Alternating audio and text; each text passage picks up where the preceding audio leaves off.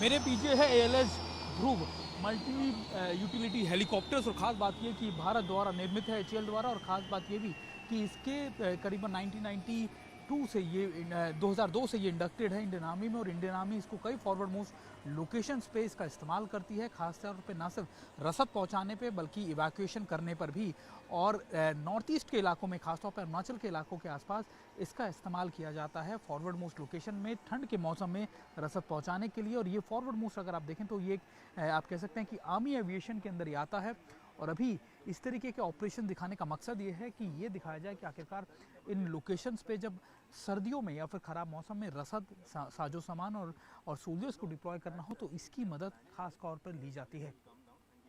Aviation की खासियत या फिर उसकी महत्वता ना सिर्फ एयरफोर्स के लिए बल्कि आर्मी के लिए भी है।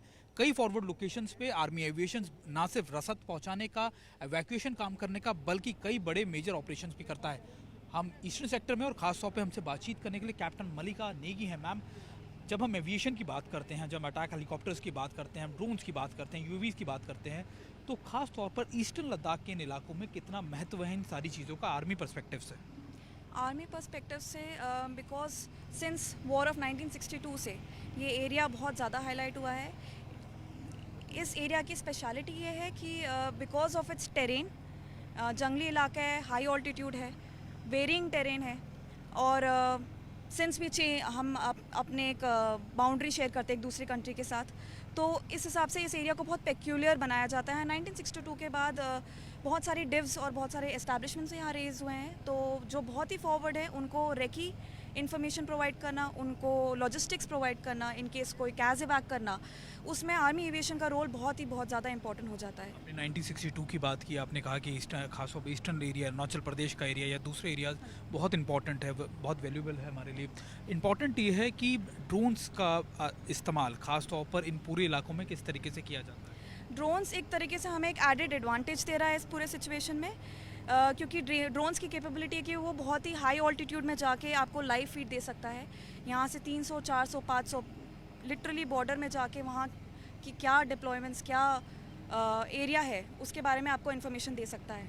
और हीरोइन मार्क 1 की बात की जाए तो कितने लंबे समय से इस्तेमाल किया जा रहा है आर्मी द्वारा और क्या क्या इसके फ़ायदे हैं? हीरोइन मार्क 1 काफ़ी टाइम से यूज़ किया जा रहा है, सिंस आर्टिलरी के टाइम से। एंड इसके ये फ़ायदे हैं कि इसका एक तो एंड्योरेंस बहुत ज़्यादा है, आप बहुत पेलोड के साथ ये बहुत सारे डाइवर्स ऑपरेशंस कर सकता है।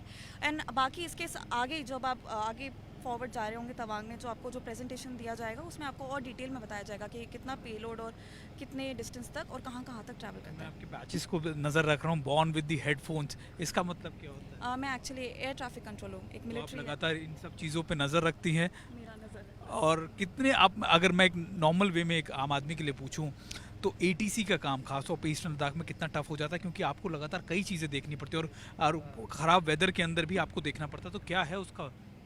Air traffic controller north east sector में इशू क्या होता है कि इतने सारे ऑपरेशंस होते हैं और इतना डाइवर्स एओआर है नॉर्थ ईस्ट, जैसे Assam, Arunachal and other states also, कि आपको कंटिन्यूस कोऑर्डिनेशन रखना पड़ता है, आपको मॉनिटर करना पड़ता है कौन कहाँ गया, कैसे गया। इसके अलावा बहुत अदर एस्पेक्ट्स होते हैं, कोऑर्डिनेशन विद एयरफोर्स होता है, वेदर कैसा है, टेक ऑफ कितने बजे कर रहा है, landing, that information has to keep on circulating, which is the job of the ATC.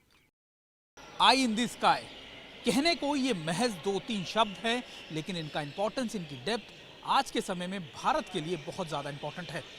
क्योंकि आई इन द स्काई मतलब सर्विलेंस।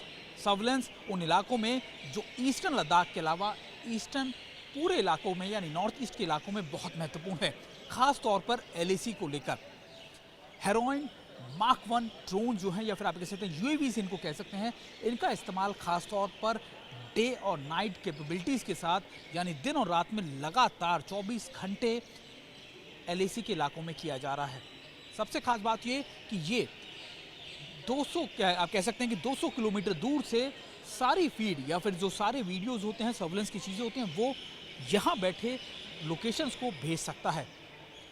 24 से 30 किलोमीटर की लगातार एंड्योरेंस है, यानी 24 से 30 घंटे लगातार उड़ान भर सकता है, 30,000 फीट की ऊंचाई पर उड़ान भर सकता है। अब इंपॉर्टेंट ये है कि जब आप किसी भी लोकेशन में बैठे हुए फॉरवर्ड मोस्ट लोकेशंस को देखना चाहते हो, उसकी लगातार निगरानी रखना चाहते हो और वो जो दुश्मन आपको देख ना सके, तो ये ड्रोन सर्विलेंस के लिए इस्तेमाल किए जाते हैं या फिर ये यूएवीज उसी के लिए इस्तेमाल किए जाते हैं।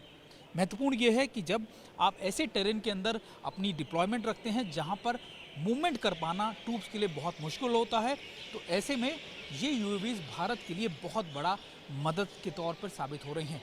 आज भारत ना सिर्फ ईस्टर्न लद्दाख में बल्कि नॉर्थ ईस्ट के कई इलाकों में, अरुणाचल में इलाकों में ऐसे यूएवीज का इस्तेमाल बहुत तेज़ी से कर रहा है, जिनकी नाइट कैपेबिलिटीज़ भी बहुत ज़्यादा पुख्ता है।